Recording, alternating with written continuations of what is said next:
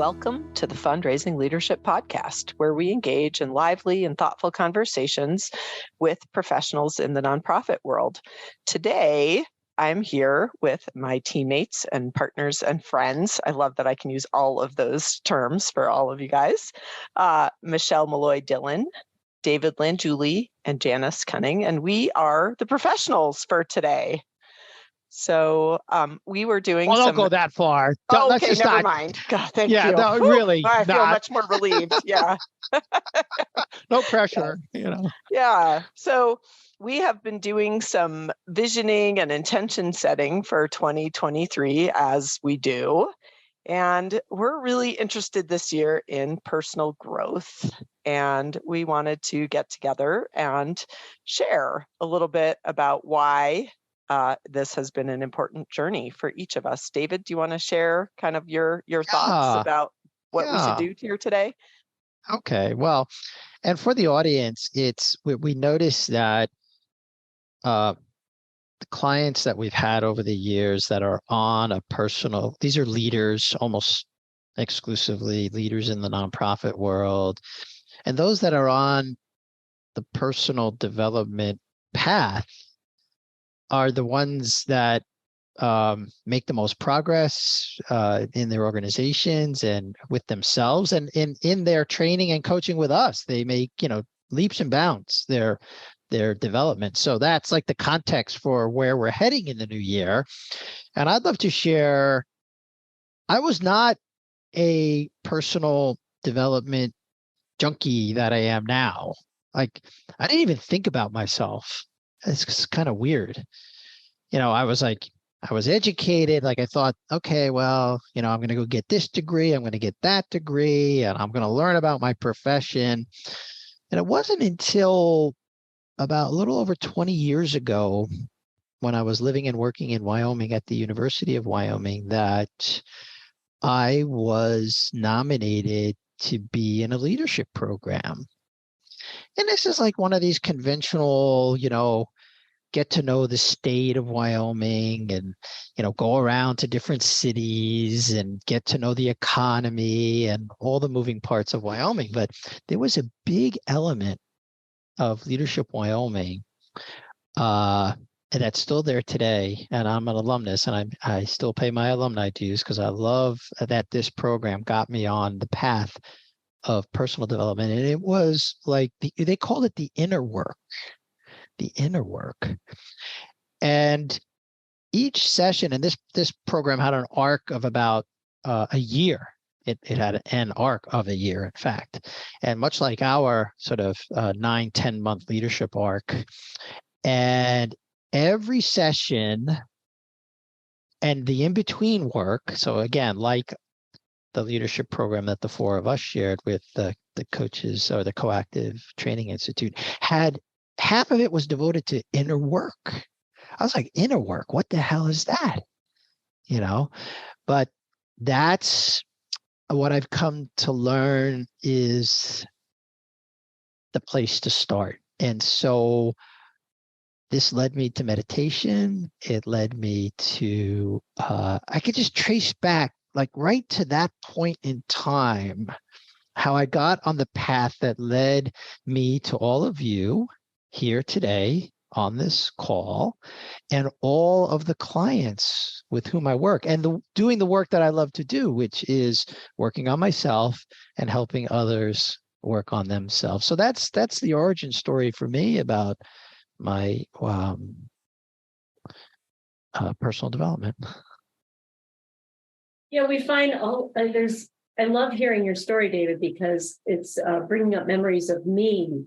When we came up with this topic for this podcast, I was saying, I don't even know what my origin story is. Like it feels kind of random. It also feels, as I look back on it, disjointed with decades between personal development things that I did for myself. And yet there was a spark that was lit, early in my life. And so, my origin story with personal development is back in high school. I had a friend whose parents ran a meditation sangha, and he invited me and a couple other friends to come to the weekly meditations. And I ended up loving it. It was, in a way, it was a form of rebellion for me as a teenager, because it was so outside. It felt like it was so outside the norm of what everyone else in high school was doing. But it was something that really helped ground me during those emotionally turbulent hormonal times of adolescence and leaving home and, to go away to college, and all of those sort of times in my life where it felt kind of unstable and there was a lot of change happening. And that fell away. I didn't continue meditating. I meditated for maybe 5 years or so, and then it fell away. And then there was this huge gap. And then when I was going through a career change and sort of feeling like, gosh, this first career is not working for me anymore. What am I going to do with my life? One of my clients at the time was a coach, and I didn't know what coaching was. And I learned from her what it was and thought, well, that might sound interesting. And as soon as I dived into the Coactive Training Institute training for coaching, it became not only learning the skills of being a coach, but actually doing the work myself. And that's what I love so much about this career as a coach, is that it keeps me on task to walk the walk as well as talk the talk all the time. I learn so much from my clients. What my clients are working on is often a reminder to myself, okay, that's something that I need to work on as well. And so now it's a way of life for me. It's a practice to be a better human on the planet, to be more conscious of my decisions and where I want my own life to go, and where I want my relationships in the world to go. And I'm so grateful for it. So now it's so seeped in my bones, I don't think I can remove myself from the idea of personal development. It's so much a part of me. Yeah. I love that you said be a better human on the planet, because we do something each year called like a stake. It's kind of like an intention, for our team. And our stake for the year is growing leaders for the sake of humanity. So yeah, we have to put our own oxygen man on first, right, Michelle? Yeah, so important to remember that. Yeah, we really don't have the capacity to truly be with others or to help others if we don't have some inner strength ourselves. Yeah. And there's also something about, we're noticing with all the turbulence of the last few years in the world, that there's just this thirst and this need in people to have some sense of grounding. And it comes from within. As much as we'd like to say, I want to fix my coworker, I want to fix my company, I want to fix the world, we have to find that grounding within in order to have the strength and the decision-making ability and really the sanity to know the right decision to make next for ourselves. Yeah.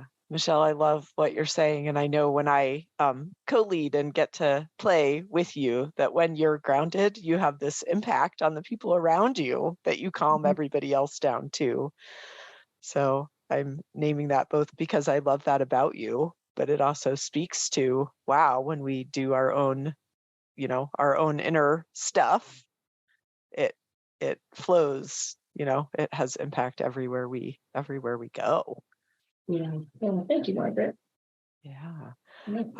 So my backstory, it's David, what you were saying really resonates, this idea of like I had a whole lifetime. And as I look back now, I kind of understand. I used to say about myself, and I, grew up primarily in Boulder, Colorado, but I proudly would tell people I'm from Boulder, but I don't even have one woo, much less woo-woo. It was like a point of pride for me that, none of that stupid stuff. And when I look back, I think it was, I'm a pretty sensitive person, as I think all of us on this team are. Another word for that is sort of empathic or porous, that I found myself in situations for my whole life where just energetically I was thrown off by what was going on around me. Like I would pick up other people's things, like, just like COVID, but for anxiety or something different, I guess. Anyway, I didn't know how to manage that. And so I tried so hard, just to not be in that world, to not believe in anything that I couldn't see or fix or touch. And I'm going to say my waking up to this came, as I think it does for many people, through a period of wild disruption. For me, it was a parenting journey that just brought me to my knees, as one of my kids was in high school, and I looked in that traditional toolbox, and there was nothing there to work with to make change or interact or try something different with my son. And so I found myself asking for help, surrendering to the brick wall that I had hit, and asking for help. And it came in the form of working with a therapist who had a lot of Eastern philosophy and a lot of yogic beliefs, and she kind of helped me start down that path. Like Michelle, it's come and gone. It's been in sort of fits and starts, but I also had a bit of an awakening around coaching, which is, having worked in the nonprofit world and coming to the point where I knew that was finished for me, but I had no idea what to do next or where I might go next. And somebody suggested that I work with a coach. And no kidding, 10 minutes into my first session, I was like, wait. What you're doing is a profession and I could get paid to do that. That's what I want to do. And within probably a month, I think I was enrolled. And I do think coaching invites us, I'm not going to say forces us, because I don't think that's true. It invites us to continue to learn and grow with our clients, for the sake of our clients, for the sake of humanity, to notice things. And I've had so much fun now with my own personal growth and the ways that, whatever journey I'm on seems to, like there's resonance out there somewhere for someone, and I love that. I love writing about it and noticing it. And, I'm on this quest to understand humans a little bit better. Well, your description of earlier being one woo, not two woo woos, it really resonated with me, Margaret, because there's a lot of clients I work with, and this is like part of me too, that there's part of me that has rejected the idea in the past of personal development because it feels too woo woo, because it feels too like, oh God, let's get real, right? Right. And yet there is for lack of a better term, personal development is the term, but there's so many flavors of what it looks like. There's so many different ways to develop yourself that doesn't feel woo-woo when you're doing it for yourself, because you find your own language, you find your own way. And that's part of what we're coaching people, to meet them where they are. It's not like, we have these methods that have helped us get to where we are today, and we're going to jam that down the throat of our clients at all. It's the exploration of what actually works for our clients. What's the language? What's the methods? What helps them to feel that inner strength and that, wherewithal to keep going. Right. We're not trying to teach them to be an archetype of somebody woke, right? It's all about how you do your own journey in this world. Yeah. Yeah. And it's interesting for me, the seeds started when I was working at a consulting firm. So exactly that, like it started in a very professional setting. And so I worked about 10 years at a consulting firm in Toronto. And it's interesting that I literally was on a call last night just by coincidence with two people, Shannon and Catherine, who were instrumental in this journey. So feels cool that David brought this question up this morning. Because we were reflecting. Wait a minute, there's a little woo-woo, Janice. That's a little woo-woo. Exactly. That might even be 3 woos, just saying. Yeah. I'm okay with woo-woo though. I think I always was like, I always had some woos. So, but yeah, we had I don't even know, to be honest, if this woman was a coach, an organizational development consultant. I honestly don't know what title she would have put on herself. But we had a woman who would come for a few years. She came annually to our big, all staff retreat. And she also worked more one-on-one with the senior leaders on our team. But my experience of her was at these all staffs. And I felt like, the little kid where you want to sit in the front row and you're just like clapping your hands like, oh my God, like, what are we going to do this time? So, so we were doing emotional intelligence work, and, she was using assessments to help us learn about different communication styles. And there was, I can't remember if there was like 5 or 6 of us who worked in the office, because a lot of people worked out in the field at the company, who decided to start our own group. Like an accountability kind of group coaching. I mean, I don't know. We called ourselves at the time the Go All Girls, which was a play on the word goal and the fact that we were all young women at the time.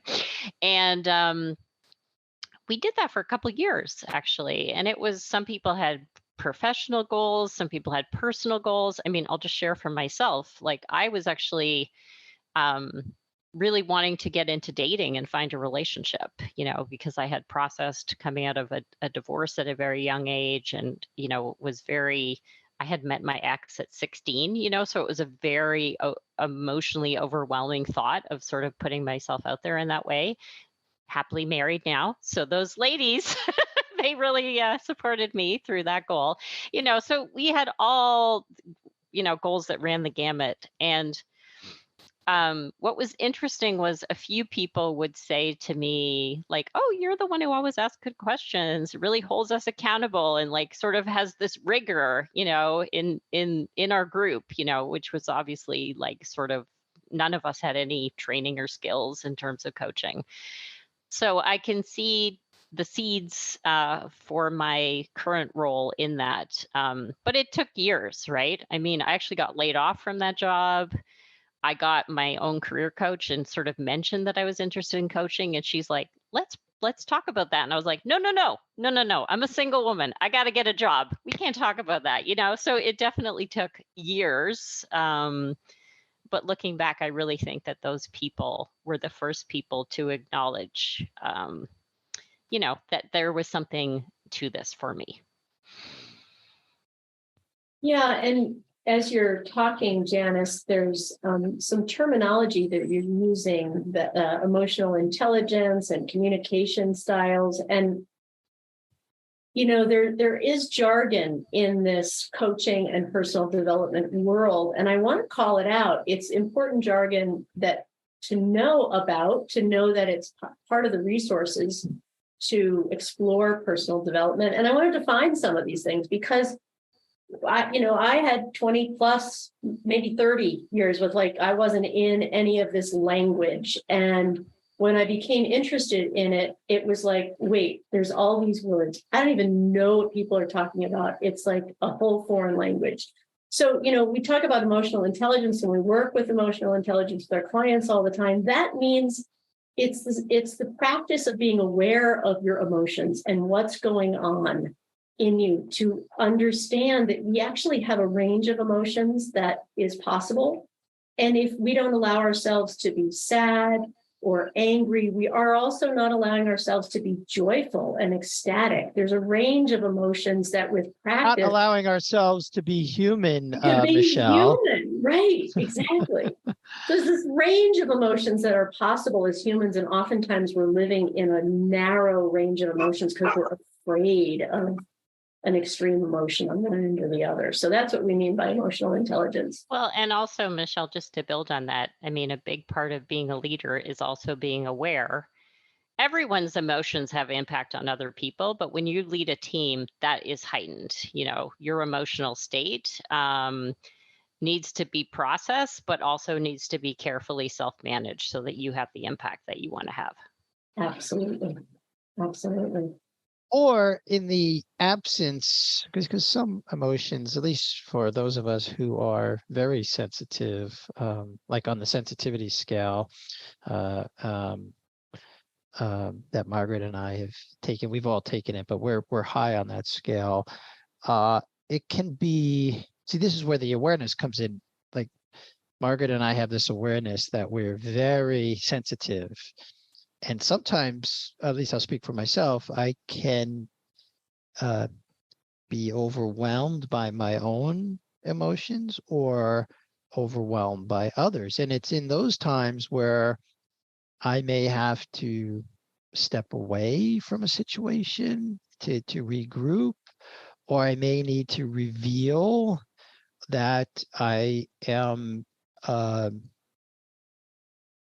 this is like a practice, like, Brene Brown's work, for those of you in the audience who was an academic and is like the queen of vulnerability, like reveal what's going on, like you hijacked by some emotion.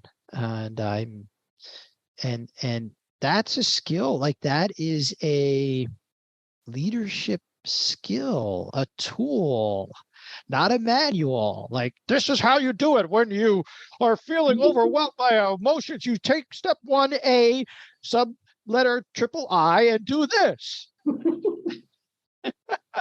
Yeah. No. Right. So much of this journey, though, really starts with the pause, right? We start by pausing and looking in, right? You can self-awareness or reflection, or you can, put your hand on your belly. Have people do that all the time. What's going on for you? What's going on for me is a great question. Yeah, it's interesting, Margaret. Like, so often when I first start working with clients, they're so like, I got to change. And sometimes I'm like, no, we're just in the noticing phase. Like, there's nothing to do right now. It's just like there's a pause of like, just notice your patterns, name your patterns to yourself. And, I'm like, and there will be a time for action, but there is sometimes an intentional period of simply noticing, And and then Michelle, I love where you're pointing us, like, because we were actually, Shannon and Catherine and I were reminiscing about a fun communication tool that we learned when we were at the consulting firm, and literally how it changed, a relationship with one of our VPs. But of course, we all use DISC. So maybe you can give people a high level sense of how DISC supports people's communication styles. Yeah, DISC is a behavioral assessment. So it assesses this moment in time in our life of what our behavioral styles are and what those impacts might be on other people that we're currently interacting with. And it's an assessment that we use often when we work with individuals as well as teams and boards to help people understand the impact that they're having that may be unintentional or they may be unaware of it.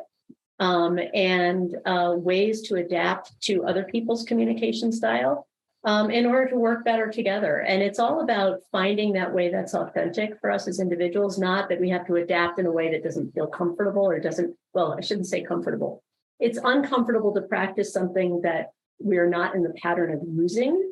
So that's where we as coaches come in for support, to support someone in the challenge of not being comfortable and trying new ways of behaving in service of better relationships, better communication, better teamwork, and that kind of thing.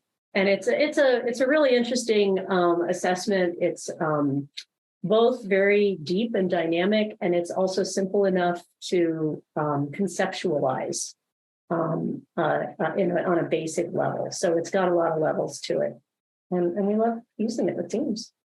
One of my favorite parts of DISC or all these different assessments, but it's a great reminder for us not to project how we do things and how we communicate onto other people and making them, it keeps us from making them wrong for doing things differently, and I actually remember when I first took DISC and did my debrief with Michelle, and you were explaining, wow, there's one of these styles where like you just can't expect an answer right away. And I was like, wait, what? Like, sorry, I thought you had to answer right away, and there's this whole thing about speeds of communicating. And but again, as a tool, it helps us understand ourselves and how we fit in to other people and themselves, right? And how. Oh. And Yeah, there's no right or wrong assessment results in this Right. DISC assessment at all. It's just an indication of what has been working for us in communication styles in our life up till now. And it may not be something that works in every situation going forward. So being aware of that pattern that has set itself up in our life. And sometimes that pattern's been going on so long, and then a situation or a relationship in our life changes, and suddenly it's like we're up against a brick wall and this pattern isn't working anymore. And that's when we're very frustrated and there are communication breakdowns. We don't know what's going on. So this is a way Right of about now, look at it. so right about now, there are folks in the audience who are asking themselves, what the hell is this DISC thing, and why are they going on and on about it? It's just, yeah, right. That's like, it's just starting to get into woo-woo land. And the answer is, we see on teams and between individuals that breakdowns happen in communication. And I think everyone notices this, like breakdowns happen.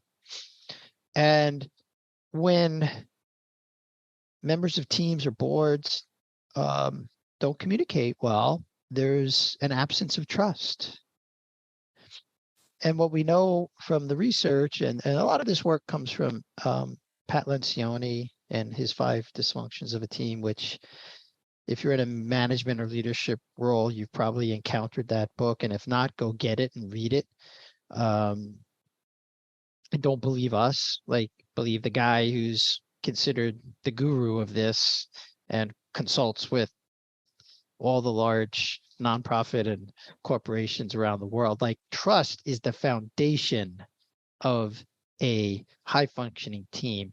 And the way you get trust is by understanding each other's communications styles and being able to communicate effectively. And so that's why we're talking about this. And that's why we integrate it into our trust, candor, and conflict training that we do with teams and boards. Yeah.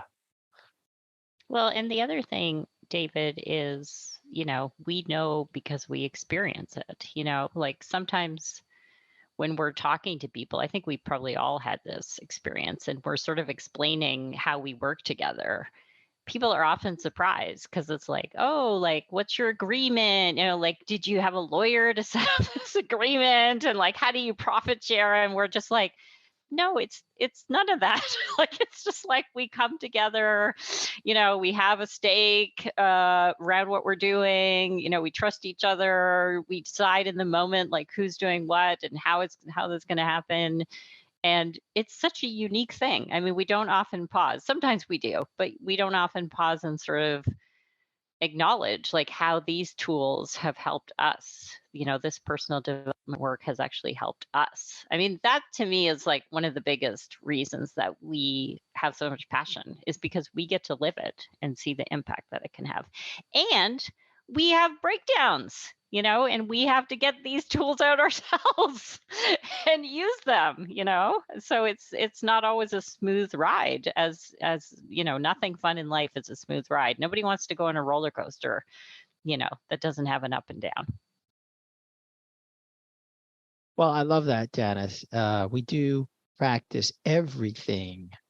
We have a share that we preach or that we teach with clients, including we have a shared training in the coactive coaching model, where Michelle now is a faculty member at CTI, where she is training others in coaching. And we have our little mini coach training program for leaders, not for people who want to become coaches, but for leaders to incorporate these coaching skills into their management style. So everything we do is very intentional, and we've been through it, and we use it with ourselves all the time. Yeah. So I want to just circle back a little bit. I think each of us has really noticed, and we do a lot of noticing because that's what coaches do, but we notice, and we put together and we look for themes and repetition. And it seems like in the space is a departure from access to humans, being able to be a human, people operating in humane ways. And I think each of us has had some experiences in the past few months and listened to friends and clients. And so I'm just going to circle back to our stake for this year around, we want to grow leaders for the sake of humanity. We have a stake for humans and humanity. And we believe that personal growth is an integral part of that. And we look at the term leaders as we are all leaders in the world, despite our job title or something like that, because there are times when, as David was pointing out earlier, and Margaret, like we need to pause and we need to check in with ourselves. What do I need right now? Because there's some emotion showing up in me right now that's pretty extreme or not working for me. And that's really accessing an inner leader so that you can have self-authority over your own life and your own decisions. And so, it all starts with ourselves, and then the leading comes in our impact with others, and we want what we want that impact to be. And in the end, we at Fundraising Leadership just want to make it a better world. We want people to be working better together and communicating better and living whole lives. Yeah. So we usually... always like to give people something to try. So what do we want to? Oh, before we go there, I want to say something more about this humanity thing, because it sounds a bit trite. It could sound a bit trite. So just to put an exclamation point on it, we work with leaders and teams in the nonprofit world, and you can't AI your way through what nonprofit organizations do. They feed the hungry, and we've worked with an organization that feeds the hungry.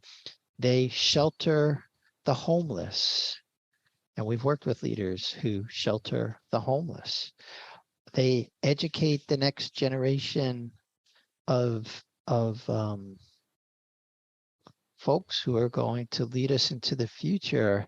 And while you can learn some things online, you can't learn everything online. They take care of the sick and the ill and the frail in hospitals and other healthcare organizations where a computer, at least today, cannot do that. And so it takes human beings to, at least in the nonprofit world, to help other human beings. And that's what we love doing, is help supporting all of you who are doing that work. So I just needed to emphasize this, like why we think this is so important. And in the age of artificial intelligence and everyone technology and everyone getting so excited about that, that's all well and good.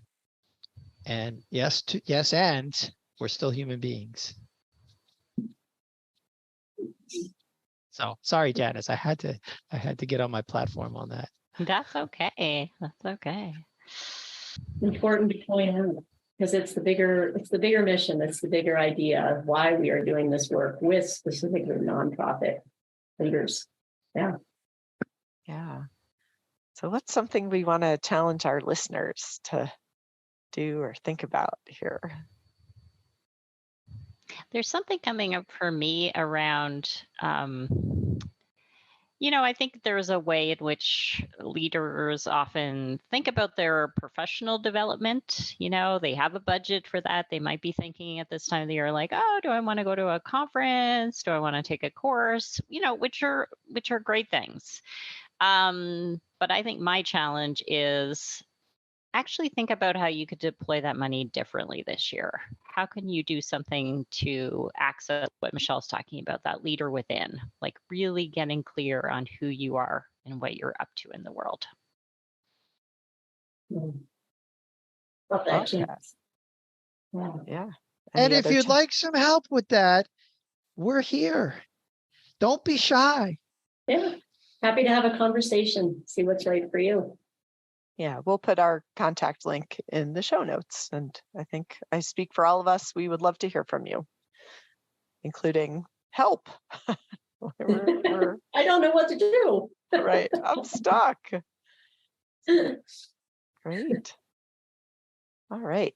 This podcast is brought to you by Fundraising Leadership. We provide unique coaching and training programs to grow nonprofit leaders. Please subscribe if you haven't already. You can find us wherever you listen to podcasts. If you're enjoying the show, you can help us continue to bring thoughtful content with a one-time contribution. This supports our production costs and keeps the show ad-free. Contribute today using the link in the show notes, and you will receive one or more of our highly acclaimed courses. Now go put it into practice.